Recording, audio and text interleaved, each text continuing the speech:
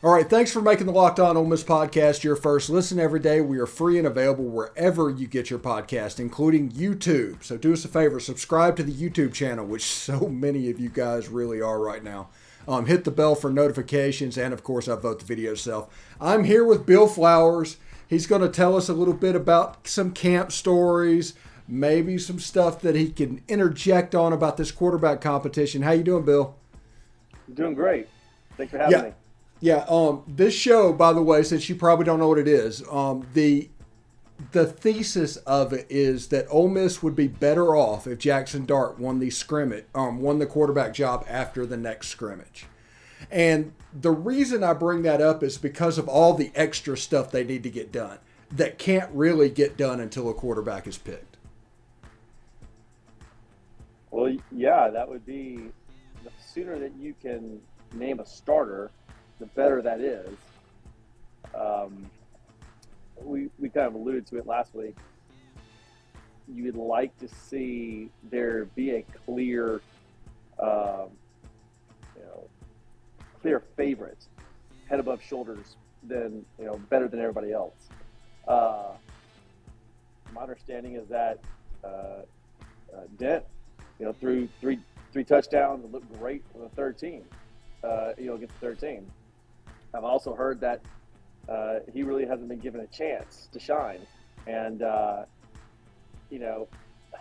as crazy as all of this sounds, you've got three guys that can play. Unfortunately, the politics are going to play into it, and Dart is going to have the clear front opportunity to win the job. So, to my point, if they cannot name him next week a clear favorite, that's not a good sign, because Ole Miss is a transfer portal place, and everything's going to run through trying to make this a transfer portal destination. Look what Jackson Dart done. Look what just look what our transfer guys have done. And for the Ole Miss fans that are hoping that Dart is the next Manning, Corral, if he cannot just snatch us away, that's not a great confidence sign in what people are hoping. Because I just tell you, politics do play into things, and he needs, for the Ole Miss fans to feel confident, he needs to snatch this away from everybody and just run away with it. And that's what you hope would happen. Yeah, whenever you were in school, there might be 3 or 4, or sometimes even 5 scrimmages leading up to fall camp, and it seems like there's only really going to be 2, because the third scrimmage will be a mock game, which is everything but the plays, as you probably well remember. But what do you think the scrimmages being cut down, how did that affect things? I think that affects a lot.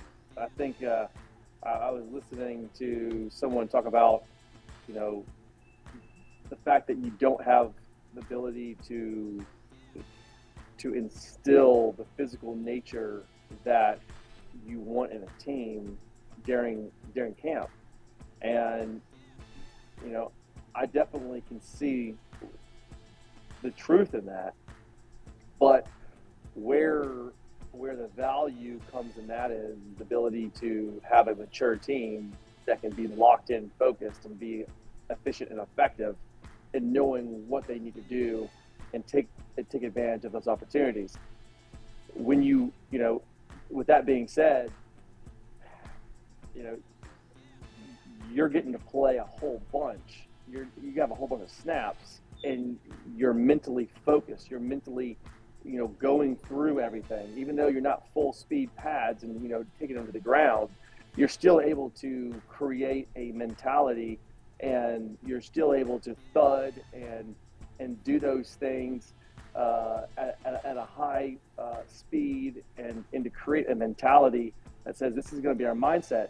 With that being said, having a lack of live fire scrimmage, that really does help. I mean, it puts your quarterbacks in much more of a real life situation where you're really able to understand what is their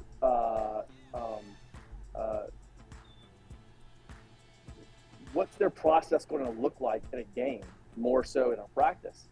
And so having three quarterbacks that you're trying to figure out which one just absolutely runs away with it, and not having those live scrimmages definitely hurts everybody, because you want to have as many as you can. But it also focuses and forces your team to be as mature as you hope they can be in order to maximize every rep. And I think you're going to see, probably your first two games are going to be a lot more rustier than they probably were before. And everybody says the difference between your biggest improvement is your first game to your second game, and that's only going to be even that much more exaggerated because of the lack of live fire scrimmages that you're going to be able to have. Yeah, and also talk about this, because you've seen it both ways. You saw Eli as an entrenched starter, and then in 2004, you saw a quarterback situation that was less than ideal. Yeah. What's the difference in the chemistry leading up and working with guys that you might not be familiar with versus working with somebody that's the dude? I would say, well, first and foremost, you want to be able to have a clear starter. That's what you want. And we never really had that. So you never had – everybody thought it was going to be Michael Spurlock. Everybody thought that's who it was going to be. And every person on the team knew that, Spurlock had all the athleticism in the world, but you just really weren't sure what was going to happen when live fire occurred. That's where you want as many scrimmages as you can get. And so when we had three quarterbacks, you never really had, this is your leader, because you just didn't know what, who the general was going to be when the season started and as the season went on. So it's kind of hard to find that camaraderie. Right now, everybody, when you're in that situation, you just make the most of every opportunity you get. You make the most of every opportunity you have with that quarterback. There's no, everybody right now is Altmaier and Dart. They're the starting quarterback. That's what that chemistry is like. It's just each guy is a starting quarterback. So that's really where your chemistry goes. Again, there's no, this is the guy, this is the guy that I really got to have, timing with, and this is the guy that's getting all the reps at number one. You don't have that. So it does make it more difficult to find that general of the field, the guy that you rally behind, that leader in the locker room, the leader in the huddle. All those little things do matter. And you tell me, I don't know how many teams have won a national championship off a dual quarterback team. I don't know if any. Yeah, probably Florida when Tebow was a running quarterback, but that's a different story when Chris Leak was the guy. That wasn't a situation where you had two quarterbacks. You just had a fullback essentially. That was a package. That was a package deal. That was not a quarterback. This is your two quarterback system that who knows. We had three quarterbacks, and that did not work well. Each one of them was special. It had their own strengths. But when we were talking about the receivers, like Chris Collins and I, we both left at number one and number two receivers with catches. There were times where Chris and I would just get frustrated because we were having to alternate. We were having to be taken out of the game. It was hard to catch a groove. It was hard to, it was unfair. Like, you don't see that. Like, usually your starters are your starters, and they get most of the snaps. So when you have a situation where your quarterback is not full-time quarterback, and you've seen Lane say that, he is not going to pull a quarterback. He is not going to make a two quarterback system unless he absolutely has to. And again, I think that's indicative of, you hope that Dart can just pull away from this so that there's not, that issue in the back of everybody's mind. Is this the guy? Is this the guy that's really going to be our starter? I've got a theory that I've never actually proven. I'll ask a question about it. QB1 is the most important leadership position on the field.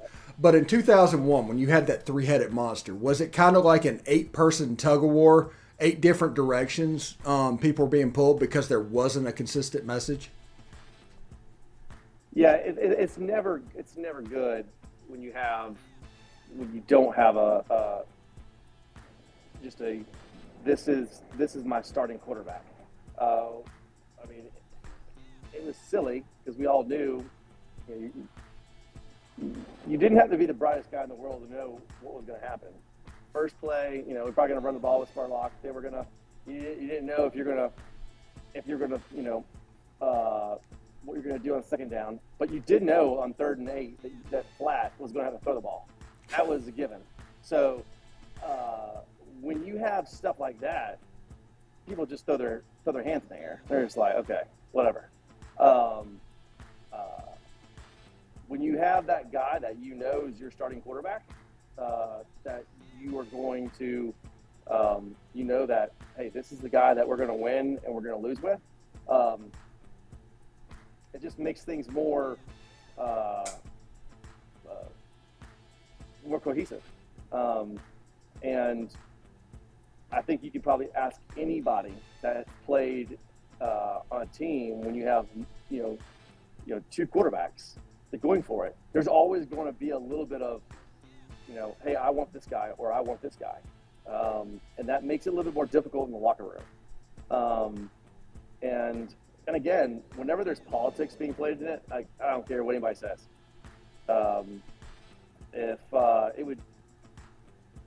If you're a transfer coming in and you're a highly recruited transfer, you're going to get just that opportunity, and it's yours to lose in a sense, because they want the perception to be, this is the place where we want transfers to come. It's going to be really hard for us to recruit the top 5 stars out of high school because we can't financially pay them. What we can do is lure them through the transfer portal. So I think that you want to see the best players play. You want to see the guy that you feel there's no politics behind this. He's the best player. He's the best guy for this team. And again, that's why you hope that Dart can just pull away, or Altmaier pull away, or Dent. I've heard from multiple people that Dent really hasn't been given opportunity because he just wasn't. He wasn't the high profile guy that Altmaier was, and obviously not the guy that that Dart is. And so you want to see one guy just walk away with it. And when you don't have that, it makes things a little bit more uneasy of who's going to be our leader. Yeah. Also, before I let you go, this really has nothing to do with this camp, but I was not really concerned about the result of it. What was it like playing football in Laramie, Wyoming? So I didn't get to play that game. I had a deep bruised kidney. I was out that game. I was actually I think I had just gotten out of the hospital. I was in the hospital for like a week with a severely bruised. They thought it was a lacerated kidney. Okay. And so I didn't get to go out there. Oh, okay. Did anybody say anything about that game after the fact?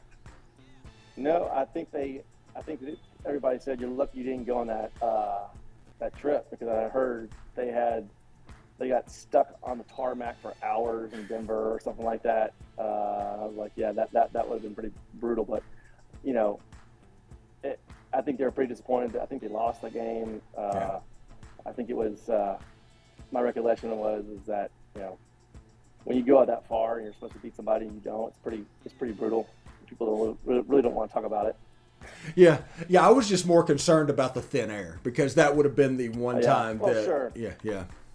Well, it wouldn't. With Michael Sportlock, I think it was known that he had altitude issues. So I'm not sure if that affected him, but there's definitely players that have issues with sickle cell anemia that it definitely can affect them. I know Ryan Clark, who played with the Pittsburgh Steelers, he had to sit out some games because of that. It definitely can be an issue with high altitude. Yeah. Anyway, Bill Flowers joining us today. I want to let you know to get more in the SEC by making Locked On SEC your second listen every day. Chris Gordy and local experts of Locked On take you across the SEC in 30 minutes. Make Locked On SEC your second listen every day. Locked On SEC. Thank you so much, Bill. Hey, next time we talk will probably be for the post-game show for Troy, but thank you for stopping by, bud. Yeah, absolutely, buddy. Thanks. All right. Bye-bye.